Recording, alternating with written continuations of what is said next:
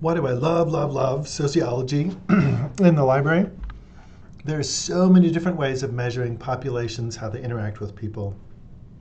Anything that happens, or anything that exists, or anything that matters can be looked at from the perspective of a single person or a group of people, or two groups of people fighting over it.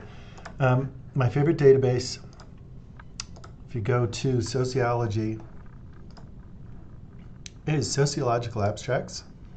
So, like, there's Gaza and Israel in a huge mess right now.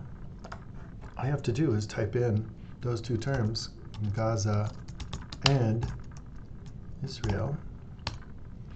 But from the perspective of sociology, so they're looking at populations, they're looking at demographics, they're looking at politics, opinion, culture, religion, identity, group psychology. There's so many different ways of approaching things other than just like the very narrowed, boiled down versions that you have in politics. And here's 1,700 things. You can also go under subject and you can say, well, I'm interested in it from a perspective. So there's people who identify as Palestinian, people who identify as Jewish.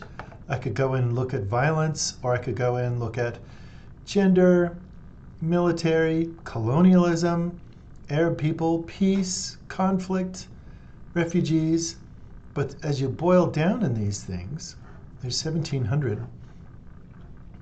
We could go farther in and, I don't know, entertainment? What are we going to get with that? Is there magazines? Is there TV shows? Other things? Beauty? Sound and affect? Fiction? All of a sudden there's a whole bunch more to the conversation than just about political violence. These are people. They have cultural expressions, humanities, if you will. Isn't that wonderful?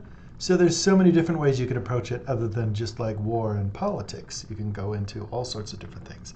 Family, love, etc., etc. I think we have more in common than we don't, but sociological abstracts, favorite database. Thanks for asking.